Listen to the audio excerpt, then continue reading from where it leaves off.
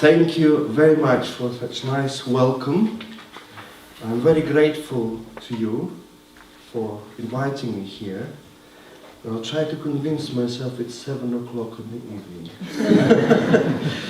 So, today I thought to present to you some ideas which I found in Father Sophrony and Father George's correspondence.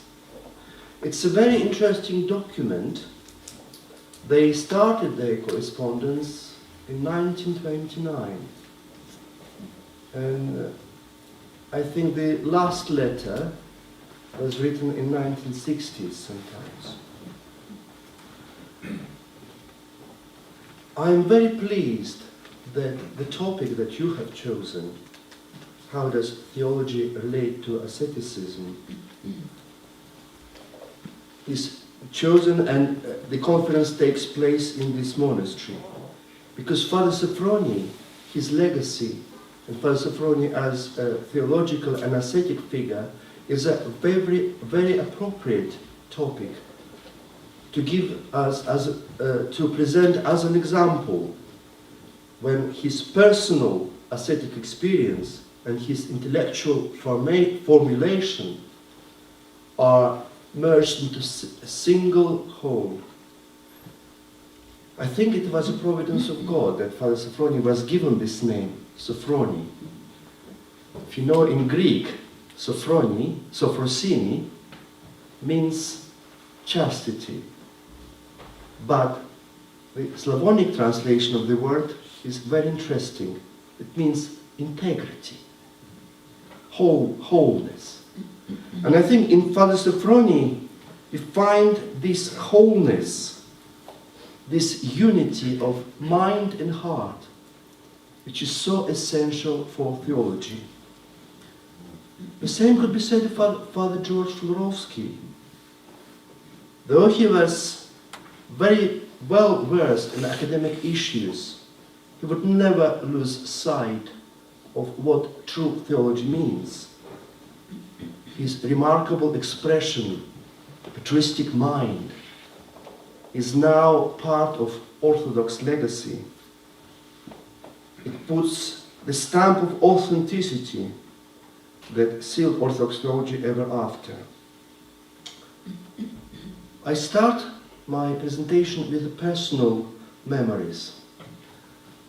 When I arrived in Essex, Father Sophrony, during our very first conversations, asked me whether I would like to study theology. And I said, of course, Father Sophrony, it was my dream.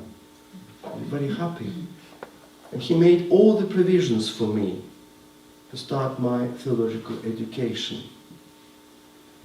But then he noticed I was too eager on reading theology and reading the fathers and also modern theology.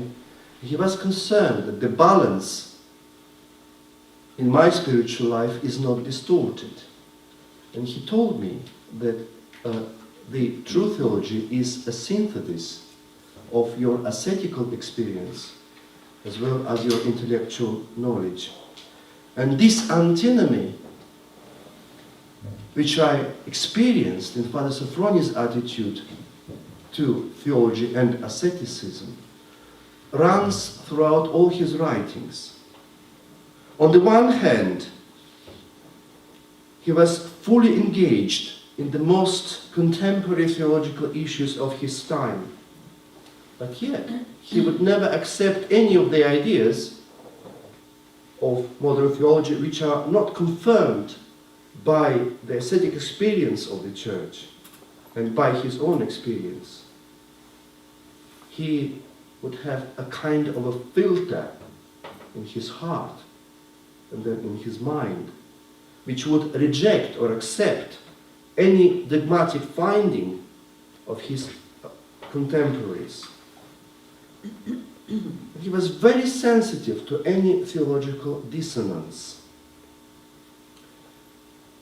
For example, he wouldn't really agree with Bulgakov's model of the Trinity, or he would be rather suspicious of Losky's ideas of divine darkness as the most central element of Orthodox ascetic experience. On the other hand, Father Sophrony would immediately react positively to any idea which was inspired, as he believed, by God, to the minds of those theologians, of Russian theologians in particular. For example, he liked and developed the ideas of Khomyakov's Соборность, or Bulgakov's and Florensky's idea as theology as knowledge as communion. And also we see that in Father Sophrony's theology, all these issues, through his ascetic experience, were brought to its final perfection, to its final completion. For example, the idea of Соборность in Father Sophrony's mind was applied not only to church, but to the whole of mankind, as a reflection of divine Соборность. This is by way of introduction. Now we come to the actual correspondence. The first letter was written in 1929. Father Sophrony wrote to Father George. 1929, it was a year before Father Sophrony met St. Silouan in the monastery. Of course they met, but they never spoke until 1930. And I think this is very important detail, that Father Sophrony's theological education and his theological training preceded his encounter with St. Silouan. I believe that without his theological training, which Father Sophrony received in Paris, academic training, he wouldn't be able to detect in St. Silouan the most distinctive contemporary theological figure. Yes, I'm not afraid to say theological figure. Even though St. Silouan was a very simple peasant, but some of the ideas have profound theological meaning. For example, Christ-like humility. Christ-like humility. This is theological concept par excellence. Who before St. Silouan would assert that God is humility? And further on, if we speak about other aspects of St. Silouan's teaching, for example, love for one's enemies as the most distinctive trait of orthodoxy. No one before St. Silouan would choose this particular element of Orthodox spirituality as the most, I would say, most essential. If you don't love your enemies, you are not Orthodox, for St. Silouan. Not only, I wanted just to draw your attention that Father Sophrony's encounter with St. Silouan was preceded, but also followed by Father Sophrony's engagement with academic theology. Thanks to Father Sophrony's academic crunch, if I may say so,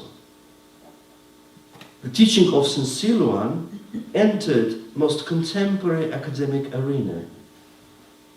He brought it into dialogue with contemporary issues. And I'm sure, and I'm convinced that without theological training and academic theology, it would be an impossible task. Father George Fulerovsky, he was one of those theologians who would agree with Father Sophrony that St. Silouan is an important theological figure.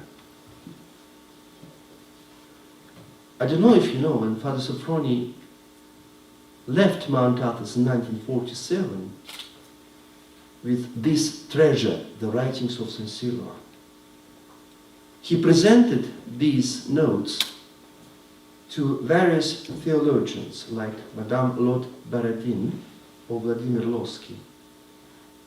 And their reaction was predictable. Madame Lod Baradin said, well, ce n'est pas rien, mais folklore pieuse. It's nothing, it's just folklore, pious folklore. The same said Vladimir Lossky about St. Cyril's writings. So, for Father Sophrony, it was a tremendous challenge to present the writings of St. Cyril to the modern academic world. Remarkably, Father George Fumarovsky was a true theologian who would immediately spot the importance of St. Cyril's writings. He writes in this correspondence, he writes in his introduction to the first publication of St. Cyril's writings in English. Cyril spoke usually about common things. He spoke usually about common things. Yet, about the common things, he spoke in a very uncommon manner. He spoke out of his intimate experience. And Father George pinpointed the most important points. Love, he writes, is both the starting point and the core of Christian endeavor. But the novelty of the Christian love is so often overlooked and disregarded. According to Christ himself, the only true love is love for the enemies. Also, it was Father George, with his profound theological intuition, who detected in this remarkable focus of St. Cyril on divine humility as something which has very profound significance. For him, St. Cyril showed that humility is not only a virtue of a pious monk. Humility is an attribute of the divine being. It is an indispensable condition of our own deification. One point which Father Sophrony and St. Cyril would agree, Father Sophrony and Father George would agree very much, is their perception of the Church dogmatic legacy. For neither of them it was a mere intellectual discipline. Dogmas of the Church are the supreme articulation of the divine revelation. And Father Sophrony would always notice, or would always focus on our creed. The very creed of our faith, I believe in one God the Father Almighty, and so on, is the collation of highly complicated dogmas. Speak about terms like homoousios. It is highly complicated terminology. Yet they are not a product of intellectual or logical manipulation, but a verbal articulation of our faith, of our experience. And Father Sophrony, in his writings, would draw our attention that the Saint Athanasius of Alexandria believed and demanded that without assimilating these highly complicated dogmas into our living experience, our salvation is impossible.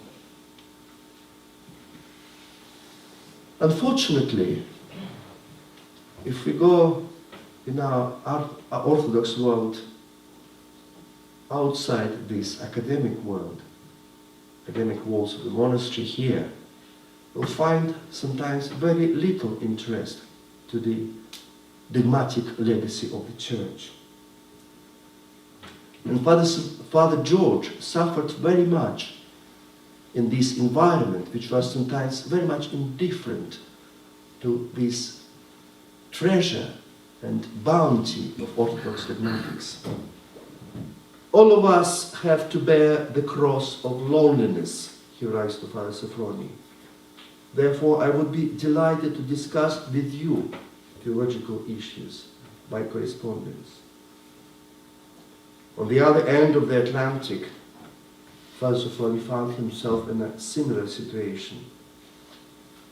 He writes, by your expression about the cross of loneliness that we have to bear, you struck at the very core of what I feel at this very moment. There are hardly any such minds and souls which would leave dogmas, that is, those who are theologians in their inner predisposition. Life and dogma. Today, I believe it is the central point of this symposium. For Father Sophrony, church dogmas became his typical. They would define his life. It was the rule and basis of his daily life. Father Sophrony shares this vision with his friend David Balfour. I'm sure many of you might have read his recently published correspondence with David Balfour. There Father Sophrony writes, 3 things I cannot understand. These are, firstly, non-dogmatic faith, secondly, non-ecclesiological Christianity, and finally, non-ascetic Christianity. The church, dogma, and asceticism constitute one single whole to me. And Father Sophrony would never accept any abstraction in theology. This became particularly obvious in his correspondence with professors of St. Sergius Institute. As many of you might know, that Father Sophrony sent his monks for theological trainings. And one of the places where he would send his monks would be the Institute of St. Sergius. And the presence of monks among the students wasn't met with enthusiasm. Some of the professors would treat monks with certain contempt.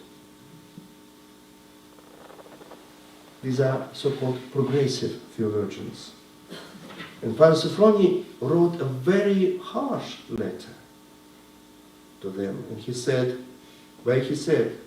I quote, there should be no space for snobbish intellectuals in our church. Shining in lounges with their eloquence, they afford themselves to speak of eschatological maximalism of monasticism, while themselves being ignorant of that way of life. Having never touched this heavenly fire, not even with the tip of their finger, they trade the sacred holiness of monasticism for the sake of their own glory, vending the names of our fathers as playthings. After this letter,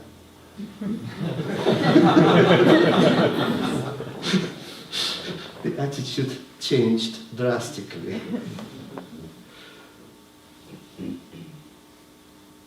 Life and dogma.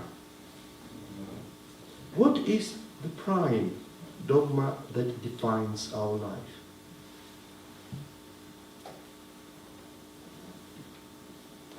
May I dare to ask, do you have any opinion? What dogma should be defining our life? How does it relate to us? Well, Father Sophrony raised this issue in correspondence with Father George. For Father Sophrony, it was the dogma of the Trinity and its interpretation. For Father George, it was Christology. Let us shortly assess their arguments. Father Sophrony writes that The life of each and every Christian confession is conditioned at all levels by its conception of the Holy Trinity. Differences in theological interpretation of the principle of the person, hypostasis, within the Trinity, within the divine being, constitute a watershed, a demarcation line, not only between the various religions, but even between the sundry Christian confessions too. How does the dogma of the Trinity affect our life? And Father Sophrony, in order to show it, refers to Catholic spirituality. He shows us the difference in our spiritual life to demonstrate how the vision and the dogma of the Trinity affects our spirituality. For him, all the phenomena within the Catholicism were determined by Latin misconceptions about the Holy Trinity. He writes, every time when in our perception of the divine being, means in the Holy Trinity, we distort the equilibrium between identity and difference given to us in the Bible, we inevitably introduce this disequilibrium in our life, in our being, both on historical and eternal level. I don't know if any of you have read the book by Philip Sherard called The Greek East and Latin West. In his book, he has a very striking statement. Philip Sherard writes that Roman Catholic triadology and anthropology are responsible for all maladies of modern society. Oh, it's a very sweeping statement. But Father Sophrony invites us to consider and to assess this statement. How is it possible? One of the major problems with Latin triadology is, of course, filioque. The Holy Spirit proceeds from the Father and from the Son. Insignificant. Not for Father Sophrony. He believed that this clause, this very tiny detail, distorts the very nature of personhood within the Trinity and within us as human beings. If the Holy Spirit proceeds from the dyad of the Father and the Son, which means he proceeds more or less from their nature, from them as a unit, it acquires elements of energy. This denies to the Holy Spirit the fullness of his personhood. And this Augustinian model of the Trinity establishes priority of essence, of nature, over personal, over personhood. What would it mean for us if we give priority to general over personal? Well, very direct result is Marxism. And I, being brought up in the Soviet Union, I can tell you it's very painful to go through this prism of vision of human being when you are defined as a determined being, determined by material nature. Human being is far more than this. And Father Sophrony stressed how this idea that the nature is more important, general is more important than personal, is reflected in the institution of the Catholic Church. For example, the infallibility of the Pope. Yes, the Pope is infallible, not by virtue of his personal achievement, but through institution. This general, this institution makes him holy. This is not true holiness for Father Sophrony. And our church, our Orthodox Church, is not an impersonal institute. It is not a mechanism, but a living organism, governed not by some sort of impersonal rule, not by external imposed authority, but by our relationship of love. I have to actually experience this profound difference between Orthodox monasticism and Catholic monasticism while I was a student in Oxford. My classmates once asked me, "So, you're a monk. Which order do you follow?" I didn't know what to reply. I said, "Well, in the Orthodox Church, we don't have orders. We have disorder." So, I follow this disorder, I guess. Indeed, our obedience is not to the rule. Our obedience is to a person. And we live by this personal relationship. For Father Sophrony, it was very important to emphasize this.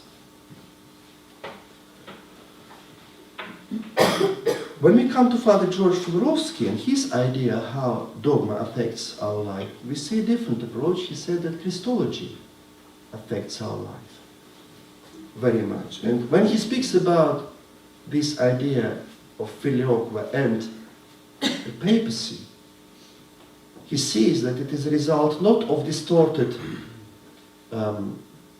vision of the Trinity, but of Christ. Misunderstanding about where Christ is. He says that the ascension of Christ was misunderstood in such a way that historical and ontological planes became disjoined. Basically what he writes, if you want to explain the institution of papacy, you must explain where Christ is at the moment. To put it simply, for the Catholics, the Pope replaced the absent Christ who ascended into heaven. Personally, I believe, Father George writes, that theology should begin not with the mystery of the Holy Trinity, but with the mystery of the Incarnation. He writes, Father George, we know the mystery of the Trinity only because one of the Trinity became man.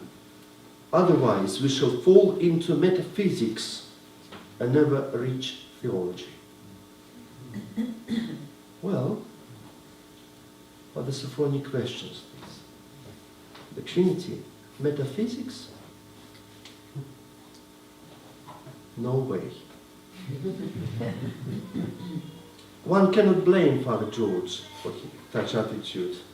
If you look at Christendom, in Christianity as a whole, and particularly at Protestantism, there has been a tendency, summarized by modern theologian Robin Perry. For many Christians, the Trinity has become something akin to an appendix.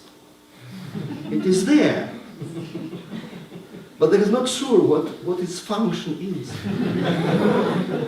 They get by in life without it, doing very much.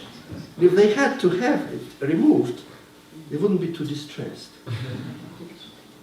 Or as Pittington says, that there is a general feeling that the Trinity is both difficult and unimportant.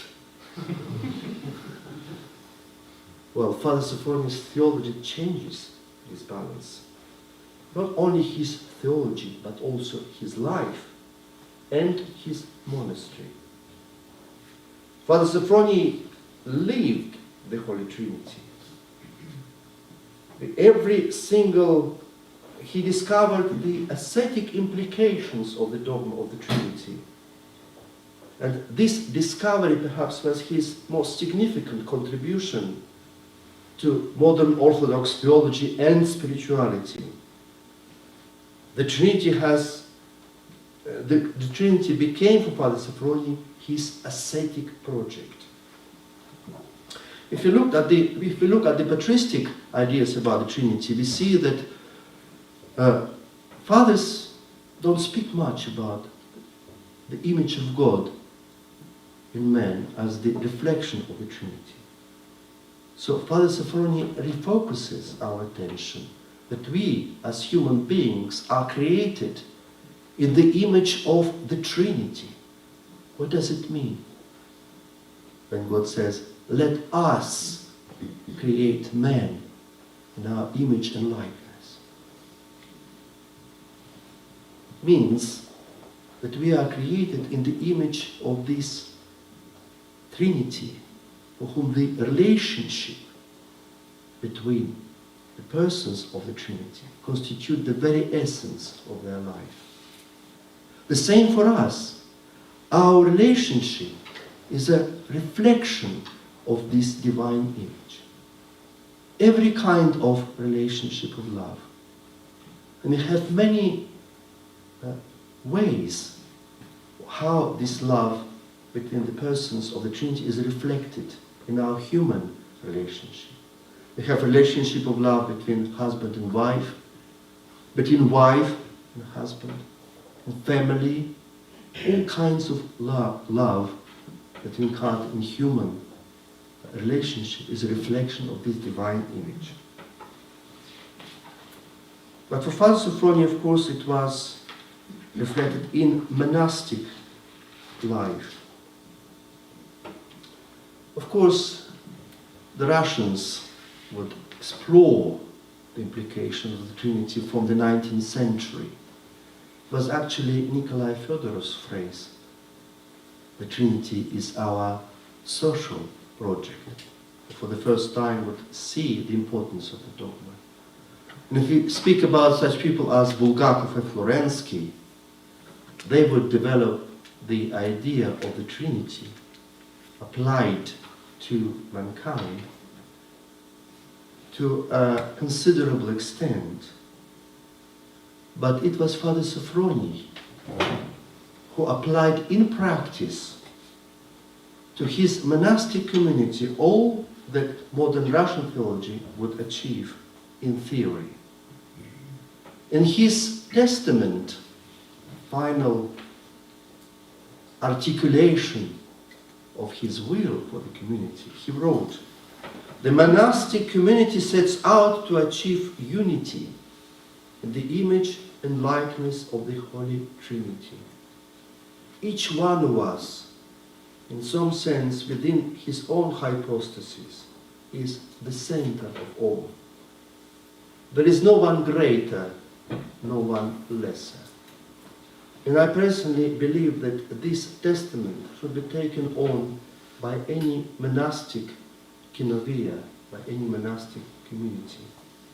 The Trinity becomes the prime model and target of all our monastic endeavors to achieve this love that we find in our divine prototype.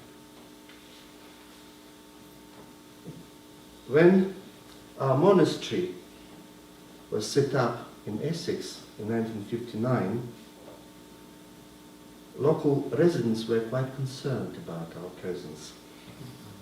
They didn't know much about Orthodox monasticism, and they saw these strange men with beards and black cassocks. And one of the locals asked his bishop, "Who are these people? Are they kind of a sect? At least do they believe in the Holy Trinity?" The local bishop said, "Oh, don't worry. They are Orthodox. They are the ones who invented the Trinity in the first place." Well, I would continue and say they're not only who invented but also practice the Trinity. Trinitarian theology was embodied in Father Sophrony's community. How? If you put unity as the ultimate goal of monastic endeavors, unity of the community, then unity in itself becomes an instrument. This unity reshapes us. This doesn't mean that we lose our personality, our character in this impersonal whole. No, on the opposite.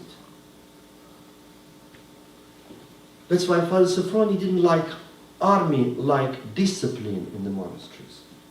He said once discipline, which is imposed on a monk, is introduced, imposed by authority or by threat, then we are losing the very essence of the institution of monasticism. Once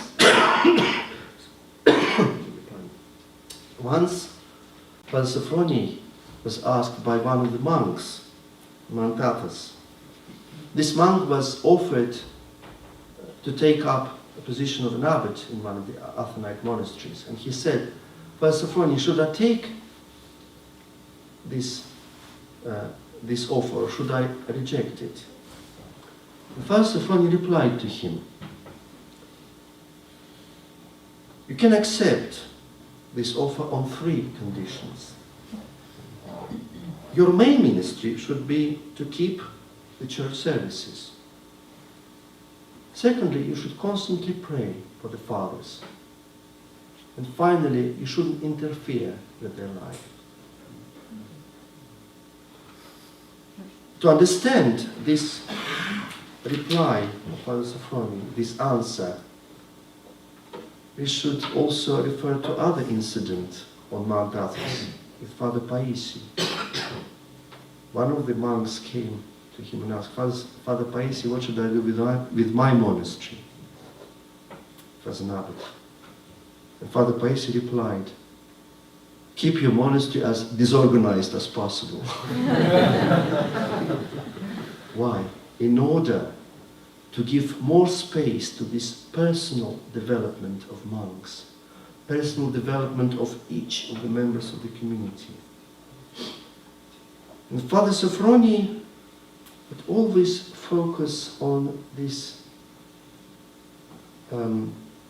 attitude of Christ to people around him, to his existential gestalt, if I may say so. Christ came into this world not to be served, but to serve. To lay his life as a ransom. He served God, the Father, as God, the Son.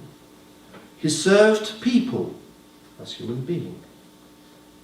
But he never served himself. It was the essence of his hypostasis. And community helps very much to grow within us this existential gestalt, this attitude to other people. And believe me, in a monastery, in a community, any personal fail, any personal passion, to put it bluntly, becomes visible, becomes manifest, becomes highlighted, like passing through X-rays within the life of the community. And on the other hand, everything within us that to do with our ministry to other person and persons is brought to the forefront. Everything what is not I is but being towards the others is brought within us. Father Sophrony writes, the person doesn't determine himself by opposition or isolation. His attitude is that of love. Love is the most profound content of his being. And Father Sophrony said, in our monastic life, if we do not learn to love, then I do not find any justification for monasticism as a way of life. Monasticism is a form of love. That's why Father Sophrony would be concerned about the perfection of our relationship within our community. Yes, perfection. Any small dissonance of disunity would be immediately highlighted by him. He was concerned that monks and nuns Don't allow even a thought against a brother or sister. He said that once you accept even a thought against a brother, then the body of the community is fractured, because the energy of thought will inevitably manifest itself in action or word or even look or even in silence. I recall once an incident when Father Sophrony called an emergency meeting of the whole community because one of the members of the community said unkind words to another member. For Father Sophrony, these unkind words were an emergency. Father Sophrony would call such words parole mortelle, lethal words. Of course, it was his teacher, St. Silouan the Athonite, who imparted to Father Sophrony this vision of monasticism.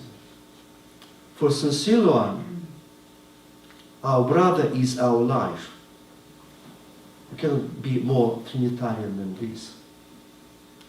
Even within the Trinity, you find that the life of one person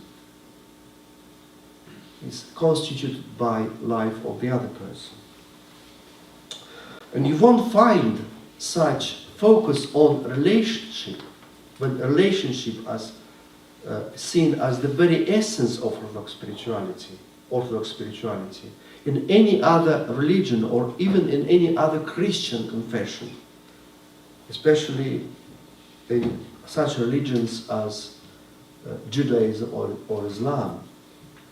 In henotheism, henotheistic vision of God, there is no space for relationship, divine-like relationship. For us, there is. We are Christian monotheists. Our God is the God of the Trinity.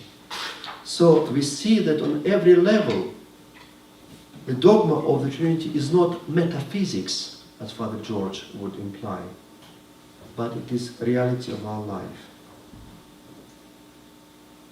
It expresses, for Father Sophrony, it expresses itself in prayer. We pray for others. And we grow in our love to embrace even larger number of people, more and more and more. Eventually we start to pray for the whole world as for ourselves. And then we realize the unity of mankind. Both realize for ourselves, but also realize in prayer the image of God that is given to us as a potential to embrace the whole of mankind and live it as one single body. For Father Sophrony, his monastery was a microcosm. A microcosm which reflected the life of the whole world. Indeed, Father Sophrony would warn us that through each one of us would pass the, as he would put it, the waves of the life of the whole world. Each one of us would bear a burden or reflect a condition of the life of the world. And every personal victory, when you establish a good relationship with any member of the community, will become a universal victory.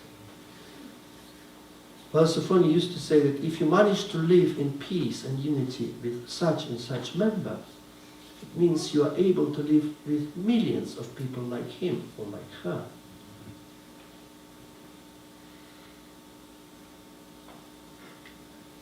This is our personal contribution to Christ's struggle for unity in the Garden of Gethsemane. In Gethsemane, Christ prayed, "Let them all be one as we are one." It is our actual synergy, our working together with Christ's grace to achieve this unity. That's how our life takes completely different dimension. To achieve this unity, this prototype, Trinitarian prototype in our small community would be a great event. A personal relationship with each member of our community. Each one of us is given as a gift. Yes, a gift, but also a challenge, a task from God, which we have to cultivate our talent that we have to cultivate to achieve victory on this small personal level, to establish a loving relationship with this member of with this or that member of the community. And for us will be our universal victory, our contribution to Christ's victory on the cross, where he brought all people together. Unity. Father Sophrony was very much concerned for unity, and he said once that there are two things which I'm afraid about in our monastery. He said, first is misunderstanding between sisters, and secondly, nationalism. And today, this is a final point which I thought to raise, nationalism. For Father Sophrony, it was extremely important. His monastery, his microcosm, was multinational. And to achieve unity between members of different nationalities would be recreating a world in miniature. To contribute to the peace in the whole world in a very practical way. Indeed, every member of our community represents one nation or the other. It adds responsibility to our personal responsibility in our monastery, to each member. Because we know you are responsible for behavior of your own nation in one way or the other. And Father Sophrony was particularly worried if nationalism would arise or prevail in the heart of one member or the other. Father Sophrony would say that if you are nationalist, then you must know that you are in darkness. Once Father Sophrony was told by one of the visitors, this visitor said to Father Sophrony, let's face it, it is impossible to overcome nationalism within oneself, within one's heart in particular, or in the church in general. To which Father Sophrony replied, then salvation is impossible. That's how important was this question of Father Sophrony. But the same importance it had for Father George Florowski. He himself suffered with this, how to say, handicapped vision of orthodoxy, where people would see their churches as an appendix to their national cultures, or to see orthodoxy, their faith, as a culture, not as faith, when orthodoxy is nationalized. Father George complained to Father Sophrony. He wrote, Archbishop Nicodemus really disappointed me and surprised me by his question. He asked me, don't you regret, Father George, deep down, if you are not in the Russian church where you were baptized? To which I replied, Father George writes, to which I replied with bewilderment, I never thought that that church exists. But I was baptized in the Russian church. There's only one Orthodox church. And he continues his comment.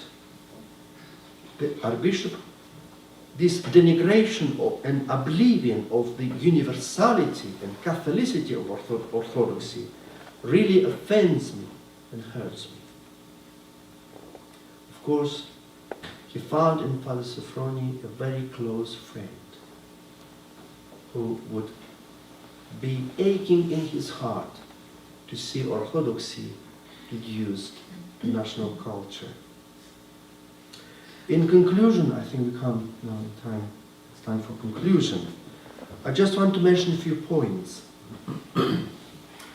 Why I find Father Sophrony's legacy so inspiring. Firstly, because it allows us to see that Orthodoxy is not confined to the age of the fathers only. It is yet so much alive. It is yet has so much to discover, to develop within this rich legacy of our Orthodox tradition. This was an example which I saw in Father Sophrony. And when we speak about relationship between theology and asceticism, in Father Sophrony we deal with an unprecedented ascetic theologian. No one, to my knowledge, as far as I know, has so closely applied theology to practice, especially when we speak about the Trinitarian theology. And thirdly, I believe that Father Sophrony's vision, combined with his ascetic implications of this vision, have far-reaching implications for our Orthodox spirituality in the 21st century. He laid the foundations for our century. The spiritual life of any Orthodox Christian is now no longer thinkable without this vision of the Trinity. The Trinity as our main objective in our life. It is relevant not only to our community, relevant to any monastic community, and not only monastic. It is relevant to any unit, social unit, the church, family, especially family, or any group of people.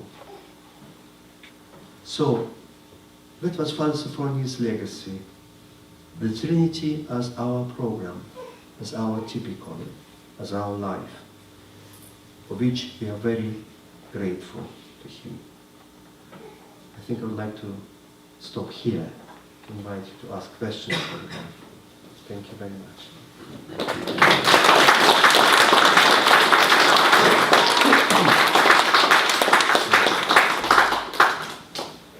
So perhaps if you have any comments, I'd be very grateful, or any questions, I would be very happy to answer or to discuss.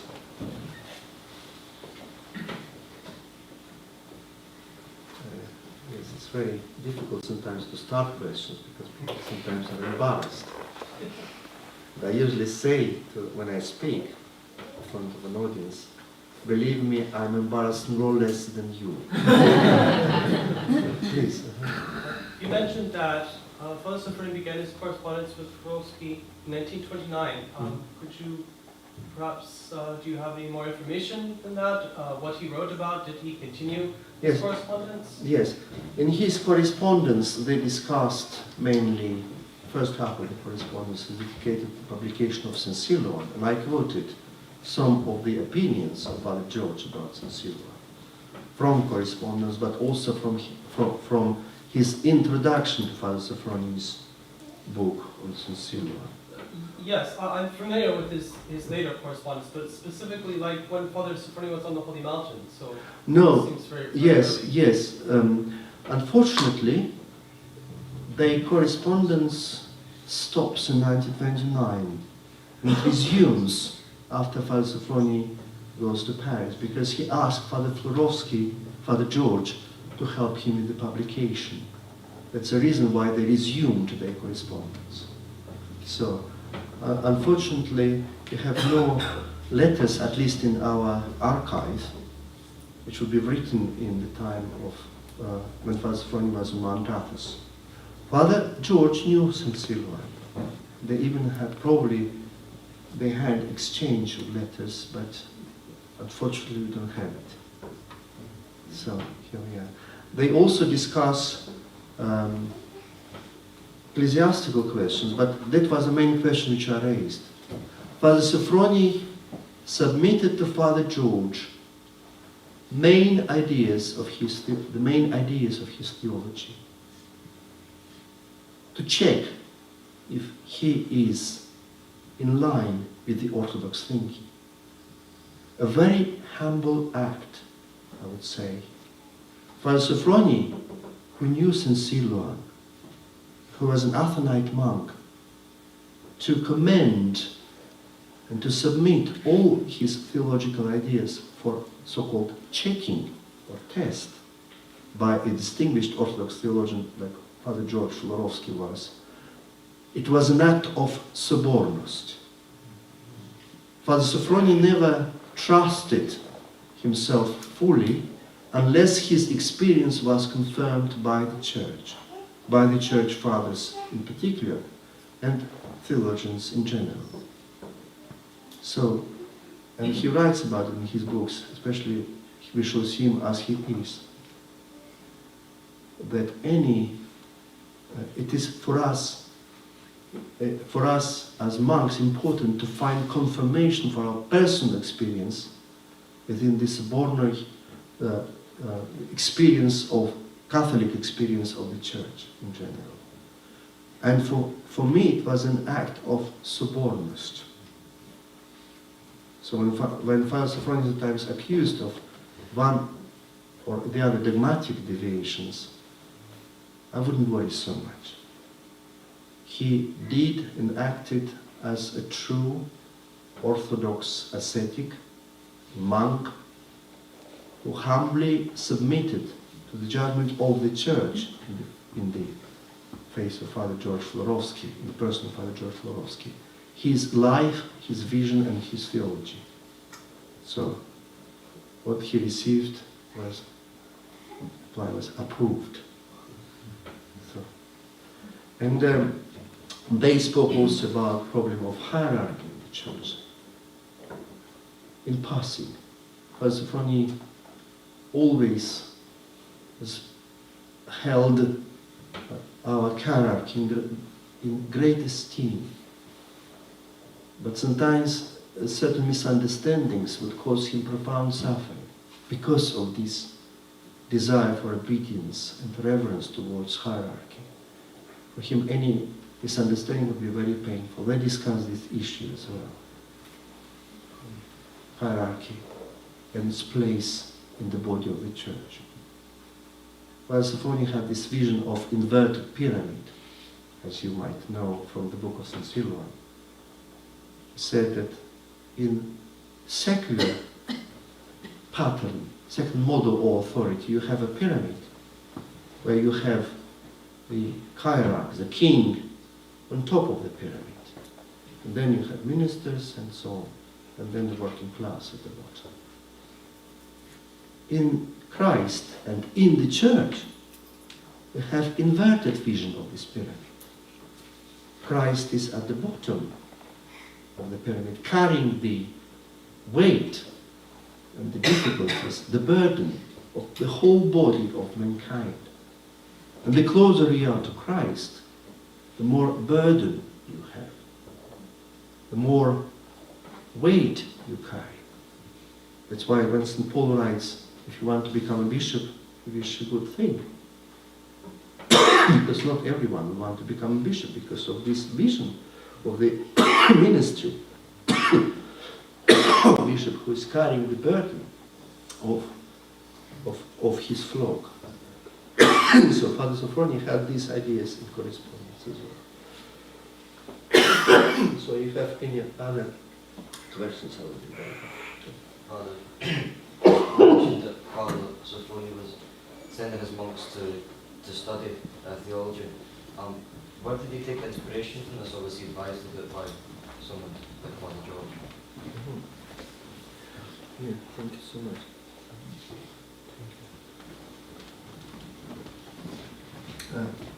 In fact, in a book which is being prepared right now for publication, which is called A Spiritual chapters on spiritual life. He decided to publish his ideas in chapters, and we have a first century of chapters on spiritual life. He discusses a question of theological education for his monks. And he said that it would be better, of course, to have first a personal experience of God, and then to send people to study, to make them understand what they have experienced. That would be natural progression in theological studies and theological education. But because of our contemporary challenges of our times, it is inevitable that monks and church ministers should have theological education. It was essential. It wasn't central, but it was absolutely essential for him that monks would be theologically well versed. One of the things he was concerned about to instill the attitude of respect towards monks, because monks in the Orthodox Church, as you might know, not often respected. That what was Father Sophrony's experience with some of the professors, not only his experience, that the attitude to monasticism was rather monks were treated without respect. And people believed that monasticism is not important for our church. Actually, one of the people who said this was Father Sergei Bulgakov. When Father Sophrony was in Paris, he would confess to Father Sergei Bulgakov. It wasn't that he was a spiritual father, but Father Confessor. It was different. And he would say, he said to Father George that I want to become a monk. And Father Sergei Bulgakov said to him, but we are called to be soldiers of Christ in this world. There is so much evil in this world. You have to overcome it. And you're running away from this battle. First of all, of course, didn't say anything. Everything he saw, he was full of evil. He himself. And he said, before I overcome this evil within myself, how could I help others to overcome evil? My starting point is me, myself. So that was Father Sergius Bulgakov's advice to stay. He said that the good things may become the worst enemy of the best ones. So that was the reality of Father Sophrony. So he advised, of course, it would be natural for monks first to have ascetic experience and then to study. And he makes an observation, which for me is very important. I studied music when I was young, and I planned to be a professional musician. And I know that if you don't have a talent developed before your studies, no way music academic studies can bring out this talent within you. The same with theology.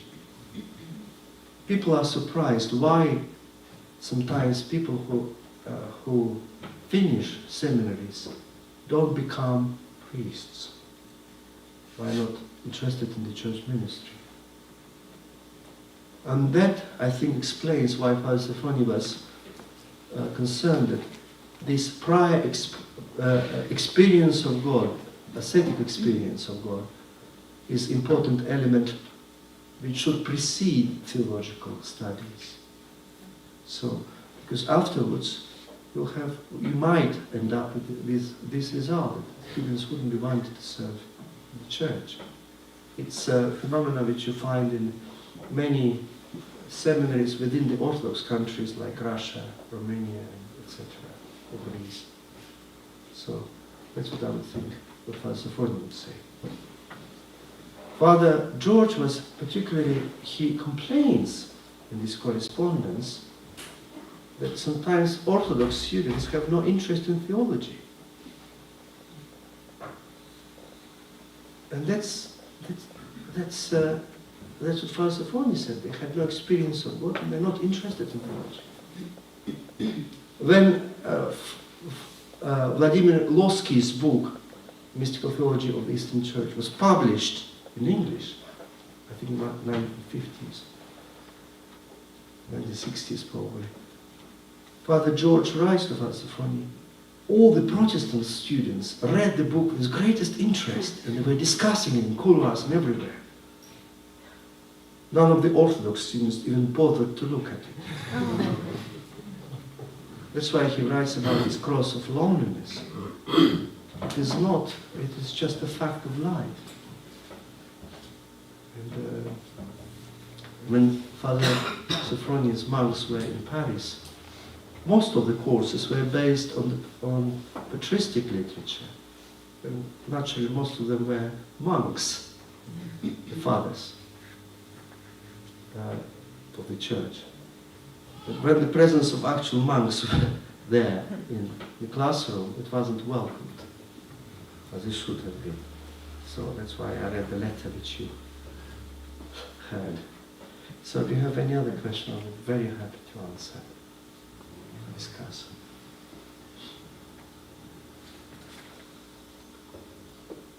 If not, it will be a perfect time to end our session because it's 8:15. So thank you very much. Thank you, Father.